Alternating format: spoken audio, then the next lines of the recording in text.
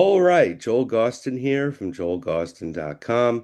One of the great pleasures I have doing this channel is I get to connect with musicians who um, not only love what they do as an individual creative force, but are just music fans in general.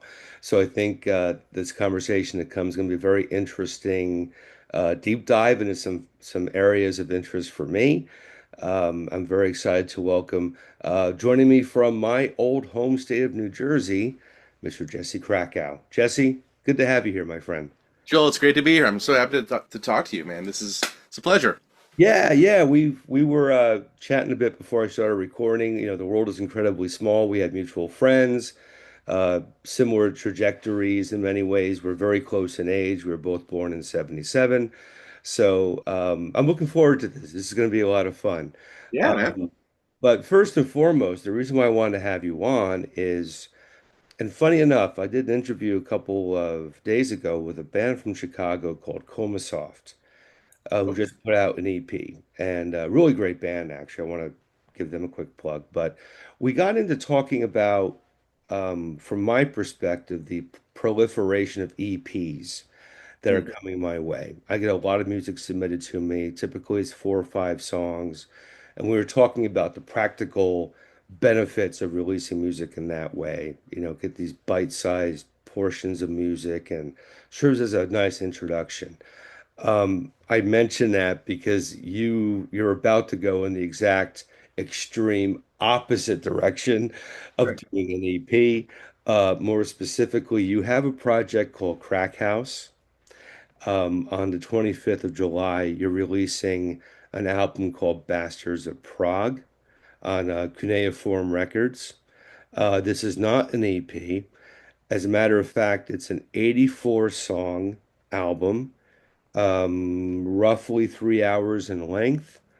Comes with 180 pages of liner notes, a chapter from an upcoming novel that you're writing, as well as a very, very lengthy essay on Prague music, Prague itself. And we'll dive into this further, but perhaps specifically what Prague is and what Prague isn't in certain ways. So, yeah, man, you sent me this record and I'm listening to it and I'm listening to it and I'm listening to it. Um, Still be listening to it. yeah, it's a lot. As you know, it's a lot to take in. And going into this conversation, I'm thinking, how do I even start with this one, man? Because it's very easy to, if I get a death metal record sent to me, okay, well, this is a death metal record. I can talk about this. Or I get a pop band. It's fairly easy to work my mind through a pop Sure. band, and know what to ask.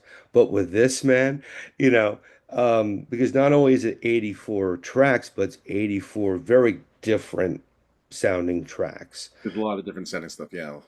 So even telling somebody, oh, Jesse's new record sounds like this, that's not going to work because 30 seconds later, it'll be entirely different listening experience. So let's set the foundation for the talk here.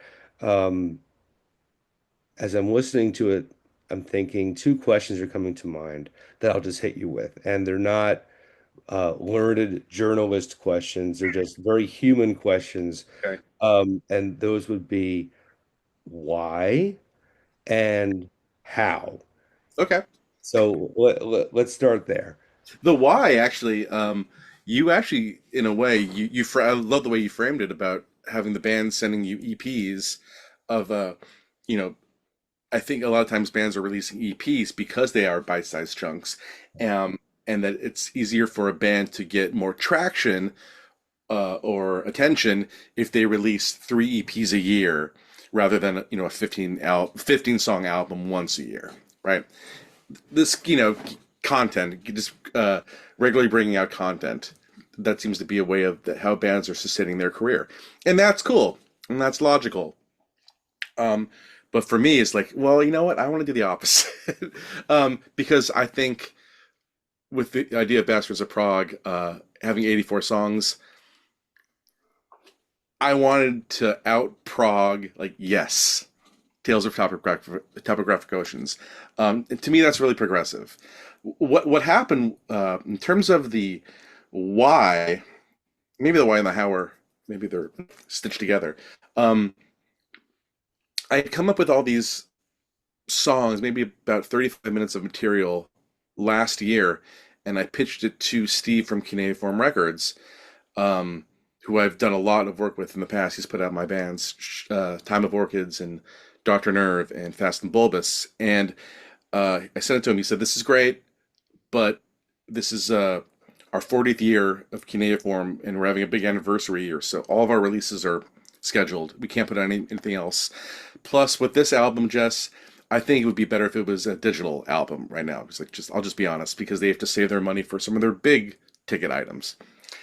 He said, "Can you wait like a year before I put it out?" I said, "Okay, well, if I wait a year, can I make it longer?" He said, "Yeah." I said, "Well, if it's digital, can it be like, you're not killing any trees to print covers?" Like, yeah. It's like, "So can I make it as long as I want?" I said, "Sure." So I'm like, all right, I'm gonna make the most excessive record that I can, because um, I wanted to give myself the freedom to just open up my mind and say, this is everything that I love about music. Mm. And as I started thinking about that, I started thinking about the idea of prog rock, of prog, because I love King Crimson. I have a King Crimson tattoo.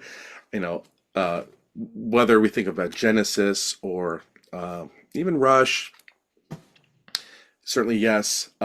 We think of these very narrow uh, definitions of what prog rock is or prog is. And I was realizing as I was making all this music of my own, wow, Joni Mitchell, she's progressive. Miles Davis was progressive. Mm.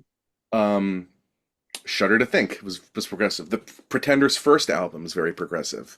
Yeah. And I just started thinking like, wait, all this music what I'm doing right now is just really reflecting parts of my personality, parts of my musical taste that I love, and it's all progressive. So the Bastards of Prague was the idea of saying uh, people that change music to fit their own um, mindset and their own vision. All those people are progressive, and even if you don't think they're progressive, they are bastardizing what prog is. Right. So I want it to be as long as possible. As far as how, um, I have a home studio, so I have plenty of time on my hands. And a lot of these songs actually go back, hmm, maybe like 12 years. One of the songs I actually wrote with Dot Wiggin from the Shags. So that song was originally intended for our album Ready, Get, Go. Mhm. Uh, so I kind of dove a little bit back into my past. But honestly, it's one of those things where, as a musician, or maybe as a writer, maybe you would talk better about this thing. Once you get in a zone and you're like, okay, I'm going to work backwards. I know what I want. It's going to be this. I just, I need to define the parameters of how it's going to end, and then I fill in the gaps. Does that make sense? Yeah, yeah, absolutely. And I like what you said about prog not necessarily being restricted to the genre of prog. It's about people who are moving music forward. So in that respect, philosophically, yes, would fit very comfortably next to Throbbing Gristle, let's say, because Dropping Crystal is absolutely in my list. yeah, Um, was it is it 20 golden funk greats or whatever that I think album that's is? funk greats. Yeah. Yeah, that they're not a funk band, Mhm. and there's not 20 songs on the album. Right, right, right.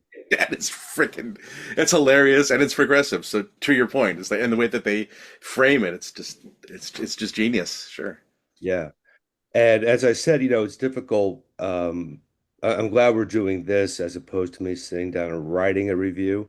I'm sure I could put something together.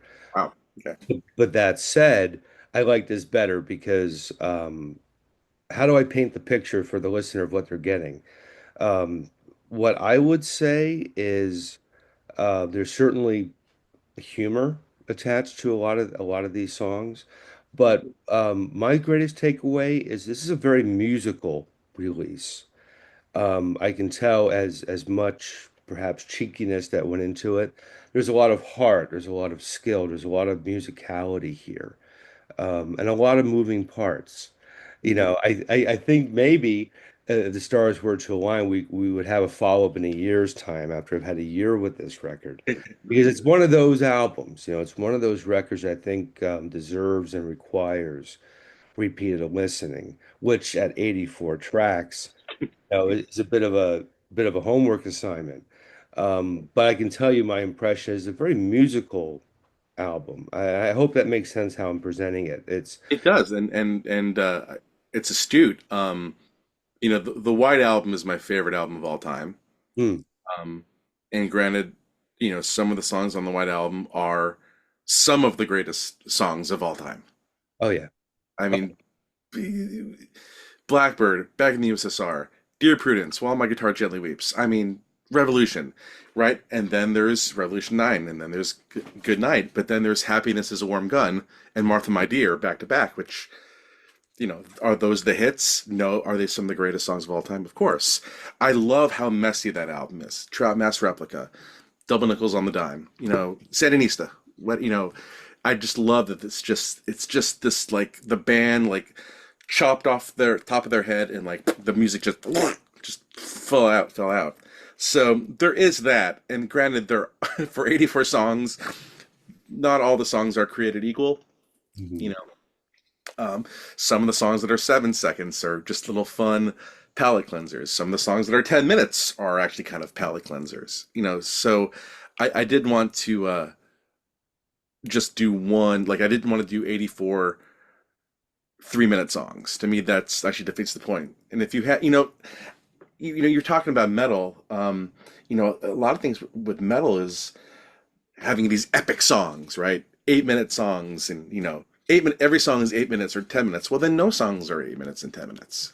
It's just you've just sort of normalized what you're doing. It's the contrast is what keeps it interesting.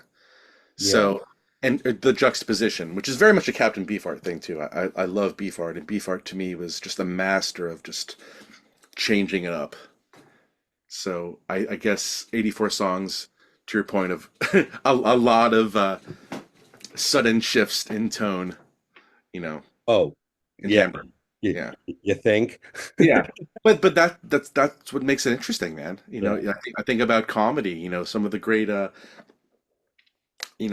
the great comedians in the great comedy movies. Sometimes they would have a like. God, I just saw Spinal Tap in the theater again. I've seen Spinal Tap a million times, and watching it in the theater, just seeing how they would just cut, on a big laugh, and then go into like a boring shot of like a pan, something, to like a building. It's like that's what I'm talking about. Yeah. You need that contrast. Yeah. It's yeah, it's interesting. Staying with the musicality part of it I mentioned. The way I tend to listen to music is because I'm a writer and I write God every second of every day it seems. So I've always got music just playing on the computer as I write. And first of all, the mark of a great record for me that I haven't heard for the first time is if it makes me stop writing to pay attention to it, then I know it's a good record. And Mm. that's the smell test I put on most of the stuff I get sent. If I can get through like the first four songs without stopping, then it's into the bin, the next one, because there's just too much and not enough time. Your record works in two ways, where yes, there were plenty of moments that made me stop and go, huh, but as I got more used to the record, it's also a record I can listen to passively and not feel like my head's being put into a blender. But if I want to study it, if I really want to deep dive into it, I can do that too. So I found both scenarios very enjoyable, where it serves as I don't want to diminish it by saying background music, but there's enough musicality to it where it is something that can work for me just being in the air. Mm. But there's also things I can dive into and really explore. So I appreciate that about the record. It's not going to throw me off my course by having it on. I can have it on and do what I have to do. But it's also something that I've been exploring and really look forward to diving further into because I can tell you it's already been a record where um, my day one impressions evolved by the time I had my day five impressions. It's given me something new every time I listen to it, and I appreciate that. Um, I'm hoping I'm clicking some boxes for some viewers who get what I'm saying, that this is a record that gives you something every time you listen to it. And I love that. And that's very much prog. Absolutely. That's Oh, prog yeah, music. It's like, I mean, there's nothing wrong with a really nice pop song. There's nothing wrong with it. But you listen to it once, you figure it out. Very nice chorus, very nice verse, pristine production, sounds the same every single time. You go to McDonald's in New Jersey or New Mexico, your Big Mac is going to taste the same regardless of where you go. And yeah, that's perfectly fine. Big yeah. Macs, have a place in this world too. I like things that give me something different every time, where I'm learning something. It's like a great film, like a David Lynch movie, you know, Sure. and there's some connections there we'll get to in a bit, Absolutely. or a Wim Wenders movie. You can watch, his films 20 times and get 20 different viewing experiences every time. Absolutely. Absolutely. And with those, even in those films, there are scenes that are almost like movies within a movie that are Yeah. just so chock full of of uh of just a different take. It just seems like, oh, for one scene you're actually seeing it from a slightly different angle. And Right. David Lynch, what I loved about Lynch is, man, he a character could just like look really frightened, and it would just stay on their face for just a little bit longer. He would really just hammer home, and he can make a 2 second or 3 second shot of someone's face feel like a year. Yes. And that kind of master, that's what I love about art, is like when you can fuck with the time. Yes. You know? Yes. Yes. And your record doesn't always feel like a 3 hour record either, or a 2.5 hour record. Sometimes it feels like a 10-hour record. Or it feels like, the time is you're not really focused on the time, because from my experience, I know it's taking me somewhere. Yeah, So this is my fumbling way of trying to put a stamp on this record for people, saying this is worth your time, worth the investment. Um, Especially, I would say, not necessarily just musicians, but I think musicians will understand the record. But there's plenty of things for people who don't play the music themselves to embrace on this, because it's all, there's so many colors to it. So I'm a fan. I don't know if you can tell, but I'm digging the release. I appreciate the effort you brought into it. And like I said, in a time where there are so many demands on our attention, and thus our attention spans are diminishing all the time. I appreciate something like this that puts the brake on that enough to really sort of be engulfed in a particular work and see, where the creative path, led the person. Which leads me to the novel, because I know part of this package, an excerpt of your novel. So tell me a bit more about that side of things. What's that? sure. Oh, thanks for asking. Yeah, it's something I've been working on for a while. The original title, which I might be tweaking, was called "Your Father, the Failed Rock Star," and it started out as a diary that I was writing for my kids. I went on tour in 2019 for 6 weeks, which was the longest I've been away from my kids. At the time, my oldest was 6 and my youngest was 3. So that was a big thing. And I just thought it'd be fun for me to explain the life of a touring musician, but also in that, while I'm gone, but also to say, well, just so you have friends who have dads who work in an office. I don't. There are doctors. I didn't go to college. Sort of just framing my life so they can understand it. But I also wanted to explain to them that I always wanted to be a rock star. I always wanted to be like Def Leppard or Van Halen. Those are my goals. Um, it didn't happen like that. Hmm. What happened was I became a musician, and it was a constant series of failures that I learned from. because life, you're gonna fail a lot, and I try to teach this to my kids. Shit's gonna go wrong. You gotta learn from it. You gotta move on, and you gotta try again. So that's the lesson of it. But um, I tell stories about as a kid, a bad talent show that I performed at as a kid. My first recording session where couldn't tune my guitar. Um, a time where I fell off a cliff in Taiwan and I lacerated my armpit and I almost needed a blood transfusion and I missed the tour. Um, a time where I auditioned for John Anderson from Yes and I didn't get that gig. So that's the failure. But in the end, it's like the idea is to say, um, ultimately, I failed in a ton of things, but I married a woman. We got married. We had you, so it's not a failure. Mm. So that's really the thrust of the book. But I don't have to tell you this. Writing is really hard for me to sustain. Mm. Um, when I can play as a musician, I can sit down and I can I can be in the zone from the jump. Writing, it takes me hours to be like, okay, now we're there. Yeah. Do you feel that way ever? It depends. If I'm writing to keep the lights on, I don't have that luxury. You Yeah. know, I have parameters I need to work within. I have dozens of clients, and there's 40 hours in a work week. So, you know, I can switch that part of myself off that is overly critical and um, the one who wants to explore as I'm writing. Um, and professionally, I have a team. I can hand off my work. I know it's in good hands. They'll Mm. tweak it, do what they need to do, and then boom, it's off. Because that's just my trade. It's production based more than. But when I write from my own under my own steam, my God, it can take bloody forever. I mean, I have projects I've been sitting on for 20 years. Yeah. Deliveries because when I'm writing for myself, that's the writing, you know.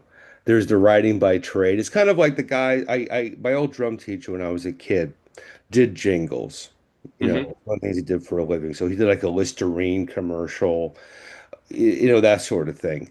And that's what you do for a job. He's in the industry, but Sure. Sure. he's singing Pizza Hut commercials, what have you. But then he'd play CBs at 3 a.m.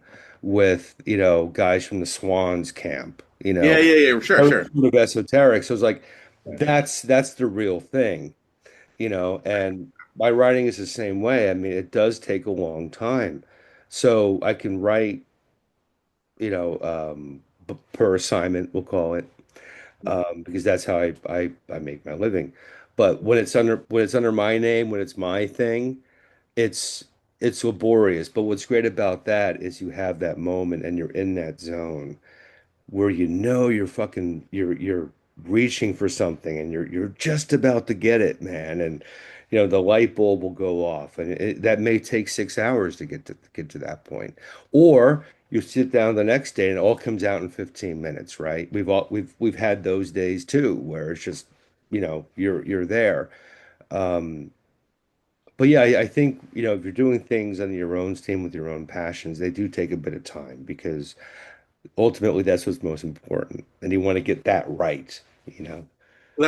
So that's why I'm going to be focusing on. I mean, the album's done. I'm doing my publicity.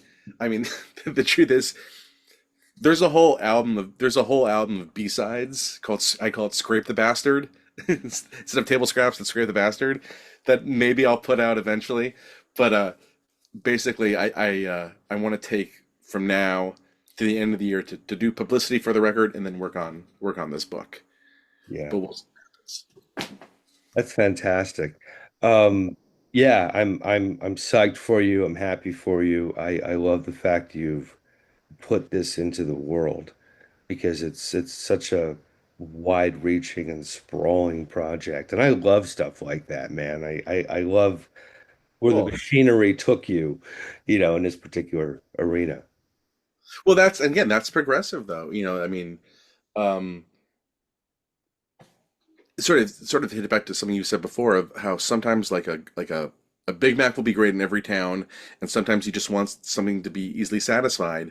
But then look at, for your listeners who know um, Troutmouse Replica by Captain Beefheart. It's like the thing, like the first couple times you hear it, you're like, what? What? And then suddenly it's like, oh, this is the greatest thing I've ever heard. Right. And then my life has changed. And that, it would be, not that my album is anything, I'm not making any comparisons to Captain Beefheart or the White Album, but to reach those heights and to affect the way that that art has affected me and changed my life and shaped my life. It's not even about the music anymore. It's, of course it is about the music, but it's the ideology. It speaks to something bigger. That to me will all is such a turn on, and it's not even and it's about something bigger than that. In the essay that I talk about, in the essay that's in the album, I talk about not just musicians. I talk about actors, and I talk about politicians and athletes who were progressive and who opened people's minds and opened my mind. Muhammad Ali Mm. converting to Islam a week after he beat Sonny Liston, 4 years after he won the Olympics, changes his name to Muhammad Ali. What? You know, and then won't be drafted. Was one of the original hippies. Mm. My dad was, my dad was actually Muhammad Ali's age, a Jewish guy from the Bronx. He worshipped Muhammad Ali as this peaceful guy. Meanwhile, this is a young Muslim from Kentucky, kicking ass, gorgeous, demanding that you tell him how pretty he is, who's the original hippie. Mm. Yeah. That's progressive. That's the shit that, like, oh my God, that's what turns me on. So, Well, to that point, I was thinking a lot about this when I was listening to Bastards of Prague, in that, there are certainly artists we've both encountered or just listened to who we know are the real thing.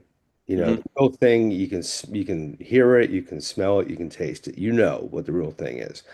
And I think when we look at the world of, say, experimental or outsider music, there's also people who I think do that sometimes as a look at me endeavor. Oh, aren't we being cheeky and cute? And look how weird and bizarre we are. And my answer is you're not bizarre or you're not weird. You're pedestrian because there's absolutely no heart behind what you're doing. Um, and it's when you encounter people who don't have a choice. They're creating and being who they are because that's who they are, Right. right? Which leads me to Dot Wiggin of the Shags, because I interviewed Dot back in 2014 for my website when she had come back with the Dot Wiggin Band, who you were a part of. You were involved in Yeah. that project, and she did the album on Alternative Tentacles. Um, when I spoke with Dot, and I'm sure if you're watching this, you know about a bit about the Shags philosophy of the world and what a masterpiece that record is, for reasons that can fill 5 podcasts. Um, Right. Right. Good or bad. Yeah. in talking to Dot, I didn't get the impression at all um, that she was going at anything to be odd. I think she was absolutely separated from the fact that everybody but maybe her realized this music was different. I don't think she had, at least that's my impression, she didn't seem to have that ingredient in her mind where she was even thinking about the possibility that the music she created was really, really, really different. Yeah. No, And you're 1,000% right. yeah. And that's what makes that beautiful. And that's what makes other, I've known a few outsider musicians, we'll call them, who are very prolific, who couldn't be anything but outsider musicians. They're not going to be playing Doobie Brothers covers at your wedding. They're going to be doing what they do, Yeah. typically on cassette, right? Uh, You're right. Yeah. but you spend time with these folks and you realize, okay, you're the real thing. You're not pretend. You're doing this because there's no other choice in the matter. Um, so that's really what I took away from Dot. There was a sweetness and an innocence to that as well, because she's not, I would have to imagine when you were working with her, there wasn't, we're sitting at the conference table talking about, how do we appeal to this demographic? I think she just woke up as Dot Wiggin and she wrote some songs and that's what came out. I mean, you're not going to get anything else. So that's my roundabout way of asking you, how did the Dot thing happen for you? Um, First of all, that was your take on it is 1,000% right, and it's one that I think of, that I'm definitely in agreement with, alignment with. Um, you know, I was a huge Shags fan, and in 2011 I started doing these really ambitious tribute shows. I did one for Captain Beefheart. We raised money for MS, which was an amazing thing. Had about 40 amazing musicians take part. And then I did one for Spinal Tap on 11/11/11 called None More 11. And they were so amazing that people would say, "All right, Jesse, what's the next one?" And I was thinking, okay, my birthday was is in April, and I was thinking, okay, it's November, we just did Spinal Tap. How about in April we do something for the Shags Hmm. and play the music of the Shags as closely as possible? So I contacted the same crew that did these tributes. Everybody was into it, and I said, okay, in the same way that I raise money for MS, I'd like to raise money maybe for the Fremont Town Hall, which is the place where they played in where the Shags played the dances. Sure. Yeah, Fremont. Well, yeah, you're in New Hampshire. So I did some research and I contacted the Fremont Town Hall uh, Preservation Society, I think it was, and a guy named Matthew Thomas. That's who I talked with, and I said, "Listen, we're doing this tribute uh, to the Shags. We want it to benefit you guys. I would love to have you come down. You can stay with me and come to the concert, and I'll give you a check. You can go home, and you guys can have it for you guys." Um, and he said, "That's great. I love that you're doing that. I can't do it. I'll be busy that day, but why don't I just give you Dot's number?" It was just like that. Like, what? So I basically had this number, like, wrote it down on a, you know, matchbook, and I just like for like a whole day I didn't touch it. I'm like, oh my God, all right. So then like, all right, then I called her and we played phone tag a little bit because sometimes it's hard to get a hold of Dot, and it inspired a song on the album called Phone Tag, my album, Bastards of Prague.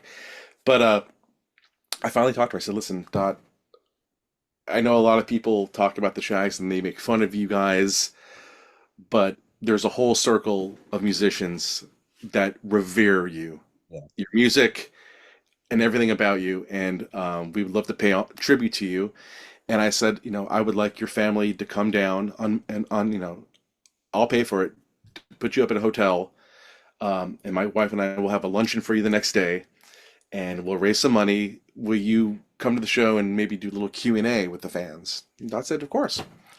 So she came down, magical night, and during the Q&A sessions, a guy asked, "Are there any unreleased or unrecorded Shag songs?" And Dodd said, "Yeah, there's a bunch of unwritten songs. There's a bunch of songs that we wrote and we never recorded, and there's a bunch of songs that I need someone to help me with." And I went, so I raised my hand. So then the next day at this luncheon, I said to her, "I'm serious. Like, I would, anything you need, I'll help you with." So a few days later, she sent me an envelope that had the lyrics to songs like Banana Bike, Mhm. um, and uh, Fell with a Happy Heart, and then charts of songs, notated chords, everything notated for unreleased songs, unrecorded songs, and also charts of Philosophy of the World, all written hand. And I was seeing that, I was like, oh my gosh, everybody says the Shags don't know what they're doing. No, this is as deliberate as possible. And that just, Yeah. I was like having a goddamn bomb in my brain, realizing it's how they played it. You were saying, were they trying to be subversive and like magma or this heat. Was just like this uh very highfalutin kind of cerebral thing. No, they were just writing songs in C, F, and G, and basically their guitars got out of tune, and shit happens, and this is what it was.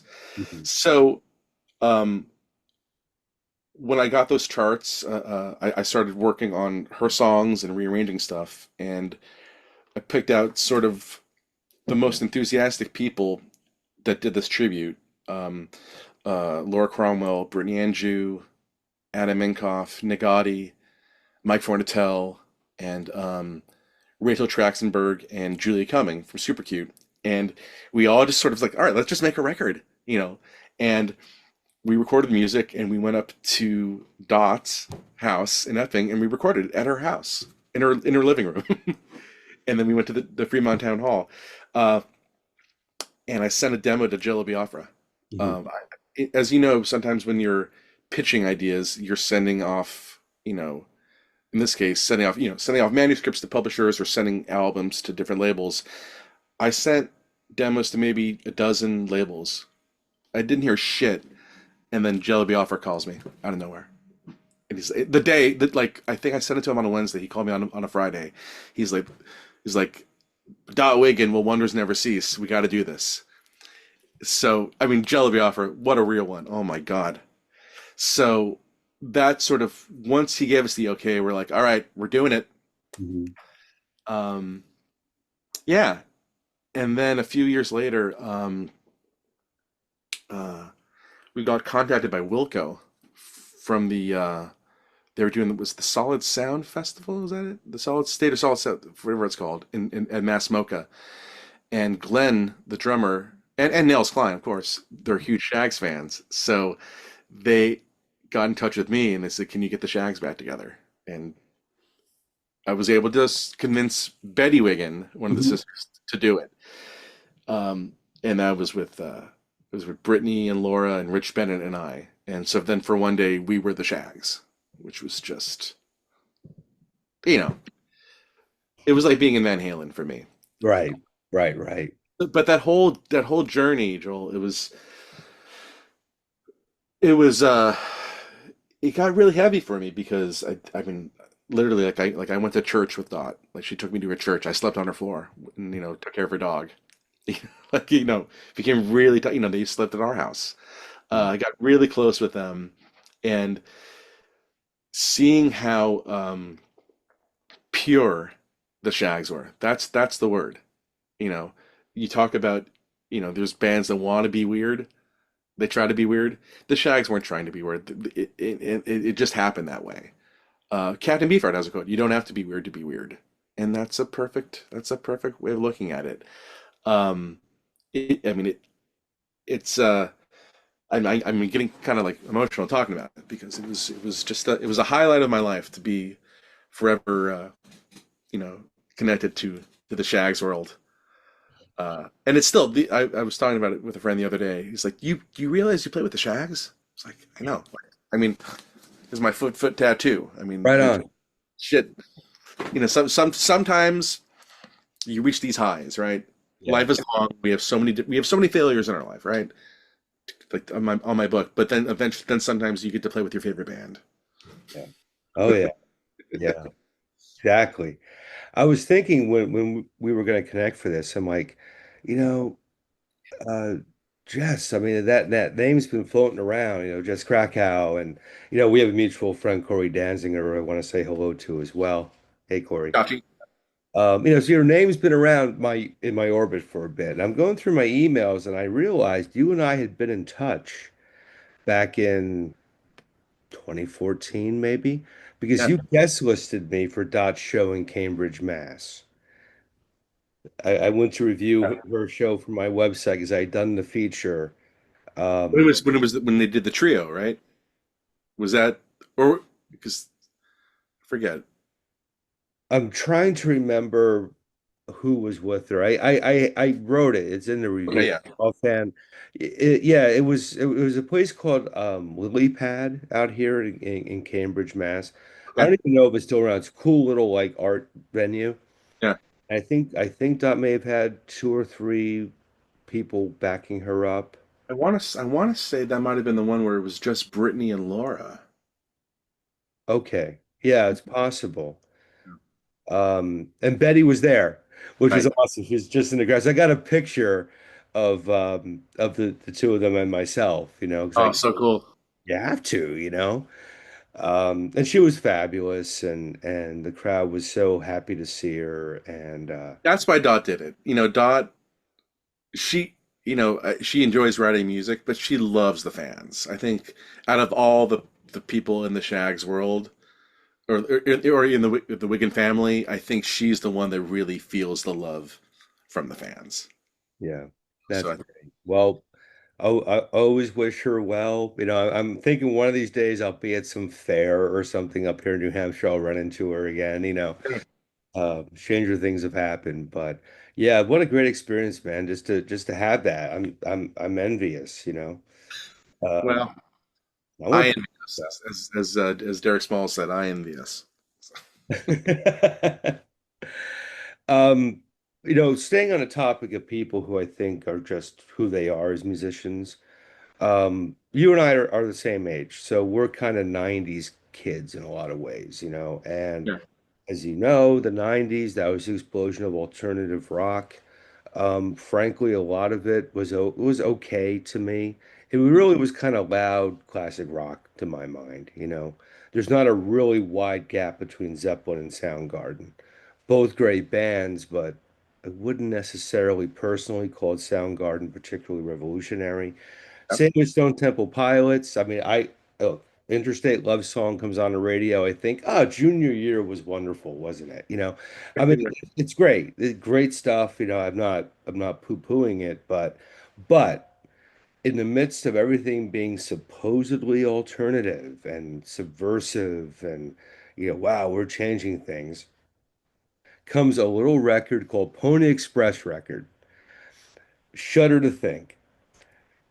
When that record came out, 94, you know, it was like Mars had just settled down, and the Hitlicker video, I had heard of Shudder because I was kind of in a Discord when I was younger. I had some older friends who turned me on to Minor Threat and Ian and the whole thing. So I knew of Shudder.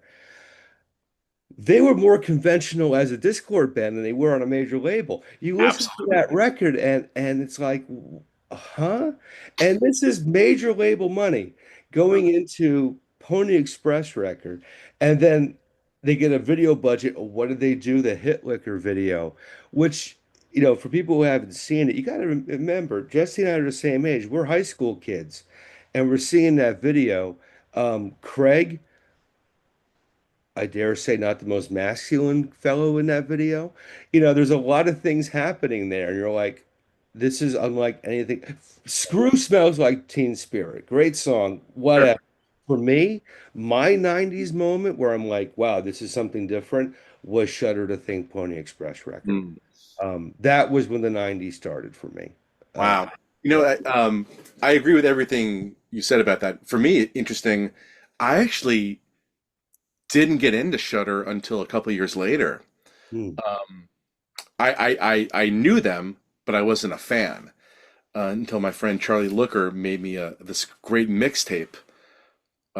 Charlie leads a band called Extra Life, amazing musician, and it was a tape. It was like Anthony Braxton and Messiaen and Varese and Dillinger Escape Plan and some medieval music, and then Hitlicker, Gang of Dollars, and Shaka. And I remember the first time I heard Hitlicker, I was like, it made me mad. I love the music so. Sometimes you eat a piece, you eat something, and you go, you have to throw it down the plate, your fork, because it was so good. You're just like, oh my God, I can't believe how fucking good that was.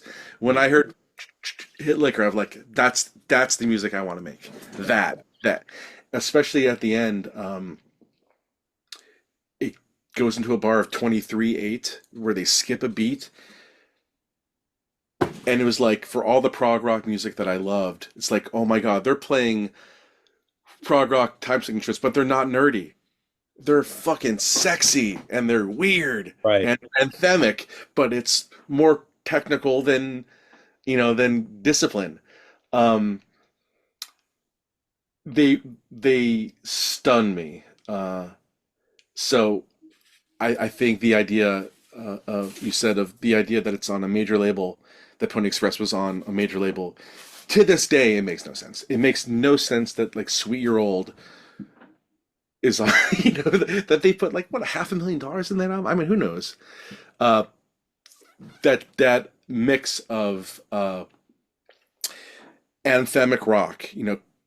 Craig definitely had a Freddie Mercury kind of thing to him. Also a Brian Ferry thing to him, and Mark Mothersbaugh with that vibrato. But it was heavy dissonant chords, like Swans, but it was through a Les Paul, through a Marshall, and they're opening up for Pearl Jam. Yeah. And all those mixes really, uh, they spoke to me just like they speak to you. Yeah, I still listen to that record and I'm like, what is this? Masterpiece. It's a fucking masterpiece. It is a masterpiece. I remember reading reviews at the time. Um, one Jersey centric publication will say back then was like, these guys wouldn't know a musical pattern if you drew it for them. I'm like, you're not hearing what's on Right. the record. Put the Pearl Jam record down for 5 minutes, put down the STP and listen to this. Again, not judging anyone else's musical taste, but Shudder was the thing for me. And there are so many things too. I mean, I don't know the fellas personally or anything, but this was the age where, they weren't aiming for machismo, Yep. which in that era, I mean, the 90s were so cool in a lot of ways, not to sidestep too widely, but, we had things like Sex in the 90s, The Real World. I think a lot of the values that, I see my stepson's generation holding on to today, the idea of inclusion, all the things that they value, I think were rooted in us growing up in the 90s and seeing those changes as they were coming together for the Hmm. first. A lot more gay-friendly things were happening in the 90s, So I think our generation, we grew up on those values and now we're parents. So yeah, it makes sense that, our next generation is more embracing of those things. But I bring all that up because, in the 80s, even though the fellas, presented with more makeup than their grandmothers, it was a very machismo rock Yeah. kind of vibe. And here's Cheddar to Think on a boat, Yeah. switching around on a boat. Shirtless with chopping meat and Yeah. And it's like, Nathan's like rubbing his nipples and shit. Yeah. right. Imagine this video. First of all, the song is, forget it. And Right. then I'm like, this is what they're doing. With major label money, they're putting out this. So I'm all in with that band. So to kind of turn it around, I've always found Craig to be so fascinating, just as a musician and a creative force, because I don't know where he's coming from, and that's what makes him so fantastic to me. And we go into all this because you were in Shudder to Think. I should mention that. You were part of the band. They had gone away for a bit after that major label run, had come back. I guess it was maybe a decade or so later, Yeah. Yeah. Yeah. 2009-ish. You joined, 2009. Yeah. 2008. Yeah. 2008 and 2009. and you joined the band on bass for that. Went on That base. Yeah. So Craig was living in New York City for a time. Nathan had moved after the band broke up. Nathan moved to Sweden because talk about 90s stuff. He's married to Nina Persson from the Cardigans. right. So yeah, that's the whole thing.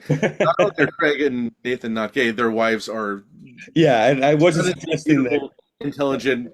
Like the coolest women ever. I think some of my friends were actually kind of bummed when they realized that Craig and Nathan were gay. I'm like, sorry, man. Uh, so Craig was living in New York City, and my band at the time, my band at the time of Orchids, were huge fans, and we would go see him play. And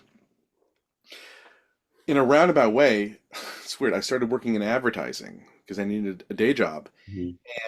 Nathan and Craig were each writing, for movies and TV shows, and we were looking for new producers and jingle writers and whatnot. So I asked my boss, I said, "Hey, can I bring in these guys, Craig Wedren and Nathan? I would bring in like great musicians to pitch, for our company." So, on two different occasions, Nathan came in for a meeting with us, and we hit it off like that. I mean, hit it off, and then Craig came, and Craig came with his then manager, Chris DeLolio, and we just had a really great time. Um, they knew our band, and about a year later, uh, Craig needed a bass player. Basically, his bass player left, so they remembered me.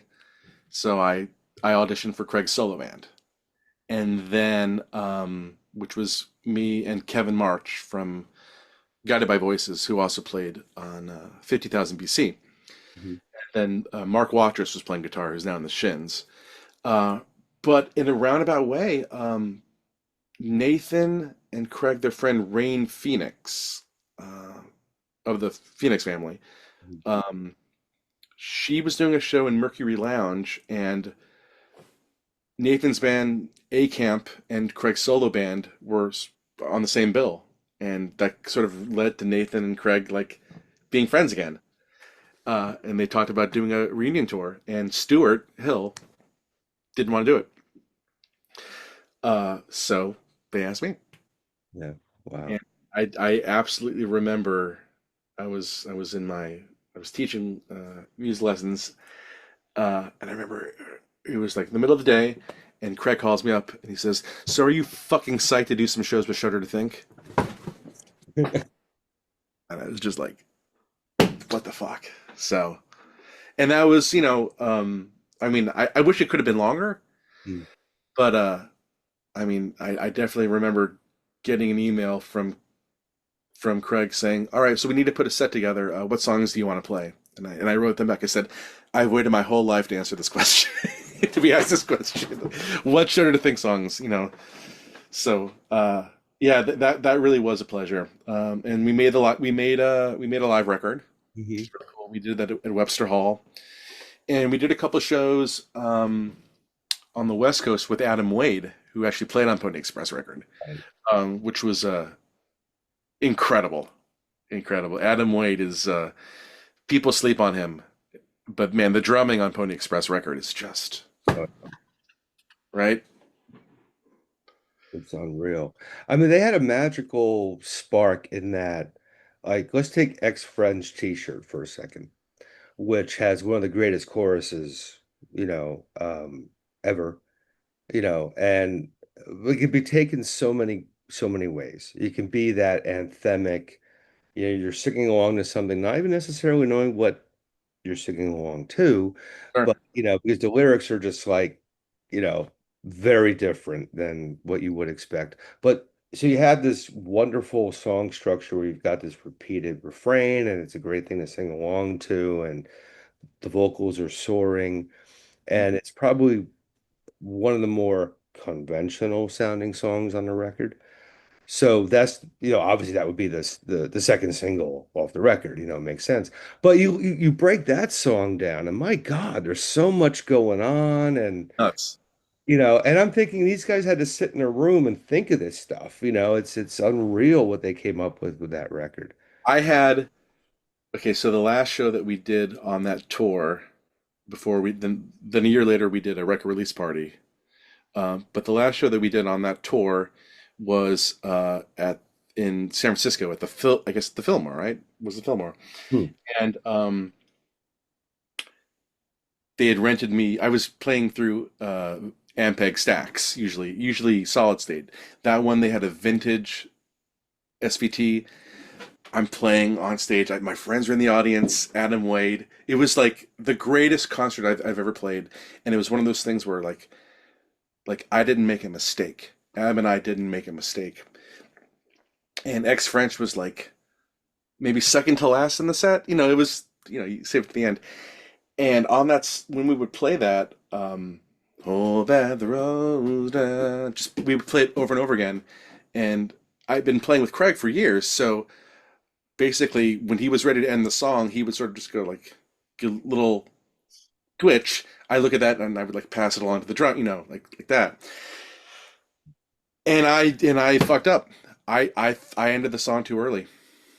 And I remember like I stopped playing. I hit the wrong, I was like ending the song on a big fat note. Adam ended, Mark ended, and Craig kept playing.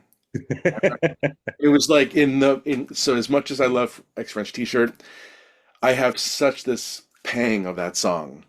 Hmm. You know, it's like the highest of the highs and the lowest of the lows in like one note, you know. And look, two more words to add to the Shutter discussion. Red House. A perfect song. Yeah, yes, yes. Thank Craig, you. so on my 30th birthday, when Craig was still living in the city, he came to my 30th birthday as a guest. And I said, "Hey, man, if you want to play a song, you know, I asked that he play a song called "Lonesome Dove" by which was a movie cut. And he got on stage and he picked up my guitar and said, and went right into Red House. He Hmm. first he actually no, first he went "Happy Birthday, Baby," yeah, from No Room 9, and then played Red House. And I'm sitting there with my friends. I'm like, fucking, you've been playing Red House on my birthday? Yeah, yeah. It's true. No, Craig is you know, Shudder to Think is one thing, but also, his solo stuff is awesome. Higher and Higher from Wet Hot American Summer. Um, he has a song called "When Your Man Is Wild" from the movie The Baxter. Craig is just Yeah. and sort of to hit back what you were saying. When you hear Pony Express, you don't know where the source is. It sound in the same way that people say the Shags or Captain Beefheart. It sounds like they've never heard music before because it's so singular. That's what I felt from Pony Express. But then becoming friends with Craig and talking with him, he knows everything. He's a music junkie. He could sing in a Journey cover band if he wanted to, but he made Pony Express. Like that was his love. You were talking before about people who, you know, they couldn't play in the Doobie Brothers cover band, right? They could only do this esoteric thing. Craig could do both. Hmm.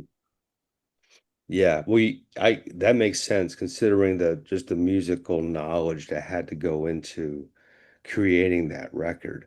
Totally. Um, I guess that's one of those things I mentioned earlier about records I still listen to and get things new every time.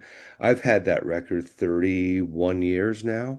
It gives me something new every time I listen to it. Mm. I'll make a connection or I'll figure out where they went with something or I'll hear like a little fuzz track somewhere, that I hadn't heard the last time. I'm like, oh, there's something, and there's so few records that do that. So, yeah, it's so cool. I've wanted to like have Shutter come up on this channel, and give my respect to that record. And I every time I post about it on Facebook, somebody or a couple people will chime in and go, "Yeah, man, I thought I was the only one who like loved that record that much." So it really is a beautiful cult record in a way too, where that connects people. If you like that record and you're into it, chances are you're going to get along. Yeah, absolutely. It's And that person will hip you to some band album that you don't know, and likewise, you'll connect, and then your lives will be intertwined. Yeah, Sure. absolutely. It's like if some of the punk and hardcore shows, even to this day, if you end up in the room, you're kind of okay. You can strike up a conversation with somebody you don't know because they're at the same place you are. So they kind of passed the test already. That record is one of those where if you get it, okay, you're cool. Like we can And talk. it's progressive, man. I mean, the chops that it takes to play that stuff, Hmm.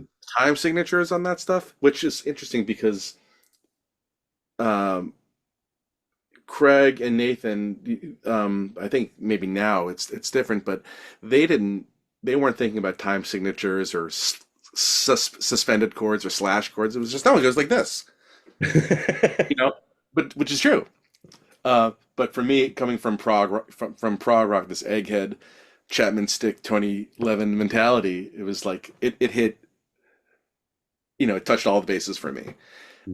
And playing that music, it's a huge influence on me. When I also joined a band called Doctor Nerve, that were on cuneiform, and those are the bands that taught me of shaving off a beat. 1, 2, 3, 4, 1, 2, 3, but dun, dun, dun, dun, dun, dun, like bars of 316 and stuff like that. And Shudder did it expertly. And so there are many times where I use that on my album. There's a direct ripoff of X French T-shirt Mhm. on a song on one of the many on if you can find that song in the 84 songs of the album, it's the needle in a haystack. But and I do that precisely for the reasons that you mentioned. Yeah, yeah. Yeah, just amazing band. I suspect anyone watching this particular video may have at least a peripheral knowledge of Shudder. If you're new to that band, dive into it. I would start with Pony Express record just because it's a chef's kiss in that band's discography. And certainly, as I said in the beginning, as far as the 90s, for me, that's when alternative music really went somewhere. Gotcha. For sure. I know we need to wrap up in a bit, and we could very easily do a multi-part series because there are things I'm Totally. looking at my cheat sheet, and I'm like, we didn't even get to that, didn't get to that. But because we mentioned David Lynch a little bit earlier, you have a little bit of a connection there in that when you were with Time of Orchids, you had actually collaborated with Julie Cruz, the late. Did. Yeah.